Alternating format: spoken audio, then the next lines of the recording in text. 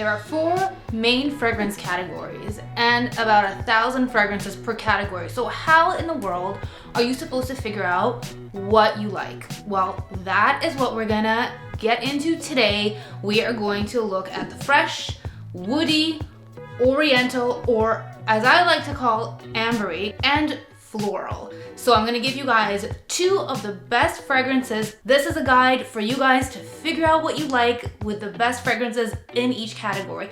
I will be doing a designer version of this because let's be real, no matter how incredible these fragrances are, some of them cost a ridiculous amount. Let's get started with the Freshies. Wood Sage and Sea Salt from Jo Malone is the perfect, slightly aquatic, herbaceous, aromatic scent. It has a plushy muskiness that keeps it from getting sharp at all. It's slightly sweet, and it is just the perfect everyday fresh fragrance. It is office safe, it is gym safe. You cannot go wrong with the scent ever. The only downside of this fragrance really is that it typically does lack performance, but never you fear. If you layer this with an unscented body lotion and you actually put the lotion on top, it does boost the performance. Now, the other incredible freshie is going in a totally different direction, and this is Tender Light. This is a powdery sort of tea scent with a slight citrus facet.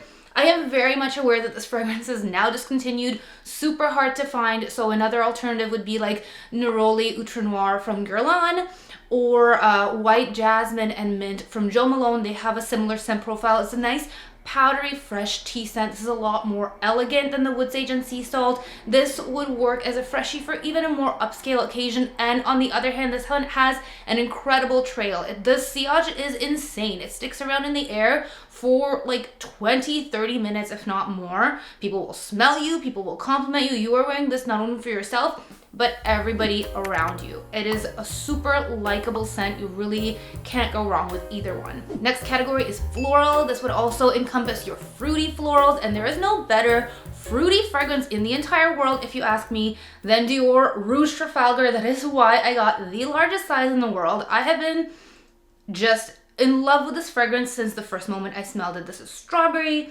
this is raspberry, it's zingy, it's zesty, it's not too sweet, it's elegant.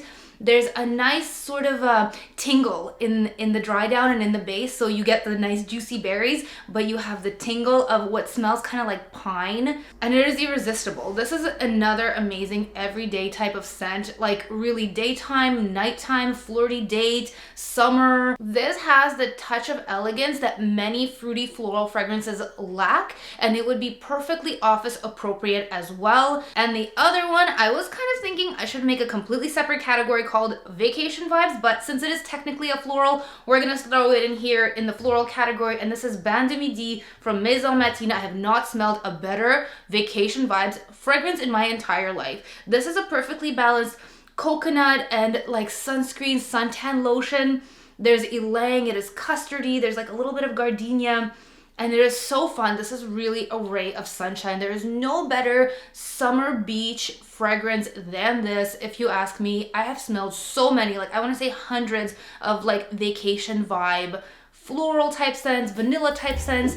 This was the only one that really wowed me. Just the perfect day at the beach. Moving on to our ambers. This would include any type of warm resinous scents, vanillas, and what used to be classified and still is classified as like orientals. So my favorite is Vanille des Afriques from Gourmand Jane. This is about orris. So it's a powdery, slightly leathery vanilla scent. This is definitely unisex, and this is deep. It's very rich and enveloping. It's a darker scent. It makes me think of like winter date nights out by the campfire, like hiking through like a pine forest, and you know, you're hiking all the way up to just this beautiful fire that awaits, and then you're gonna like roast some marshmallows. This does not smell like marshmallows. This is just the vibe, that same plushiness and comfort that you would get from that scenario. Took me by surprise, and I have completely fallen in love. I'm always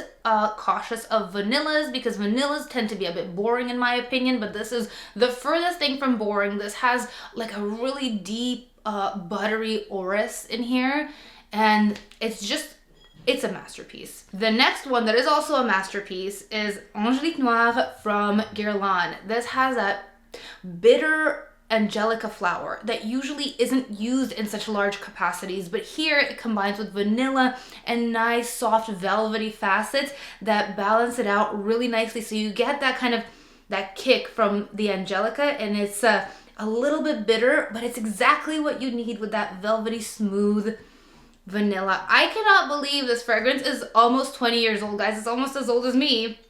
It's a timeless fragrance. It's gonna stand the test of time and is gonna be a cult favorite for ages and ages to come. Really, nobody does rich, warm scents like Guerlain. Moving on to our woody fragrances. These are also pretty polar opposite from one another. We're gonna start with Morphosis from Soul Couture.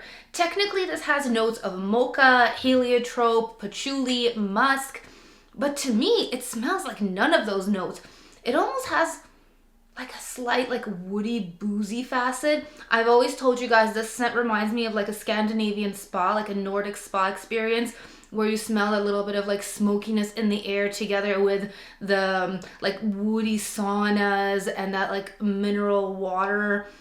Oh, this is just like the most zen fragrance in the world. This gives me the feeling of being out in the woods, and there's nothing like it. The notes don't quite describe what it smells like. Like, I really thought it would be a coffee scent. It is not a coffee scent. It is just the most exquisite woody fragrance in the world. And a fresher woody fragrance that is kind of lotion-like is by Rideau, Bal d'Afrique. Bal d'Afrique is about lotion-like musk with vetiver, very vetiver-centric, but not super rooty. So this vetiver, like, it's a bit woody, but not so intense the way you would smell it like in Terre d'Hermès, the men's fragrance. And even a lot of vetiver fragrances I find are overpoweringly vetiver. This has some nice citrus notes, it has marigold, and it has some like orange facets as well. It is very bright. It always made me think of the color orange and that lotion-like quality that it has. It's like cream. It's like it makes you feel so soothed. They're very different. Very soothing, lotion-like, and very like true woods feeling. And I have a bonus category, and it is Gourmand, because I couldn't quite fit Gourmand anywhere in here, and there is just one super iconic Gourmand that it is just like, it encompasses everything that I ever wanted a Gourmand to be, and that is Soradora Jani. This is like a roasted apple. Like, let's say you just took an apple, the perfect apple that you just picked, and you baked it in the oven, and it's nice and it's toasty, and then you drizzled caramel all over it. You know, there's like, you're also baking a pie at the same time. It's just perfect. It's flaky, it's oozy, it's full of apple flavor and nuttiness.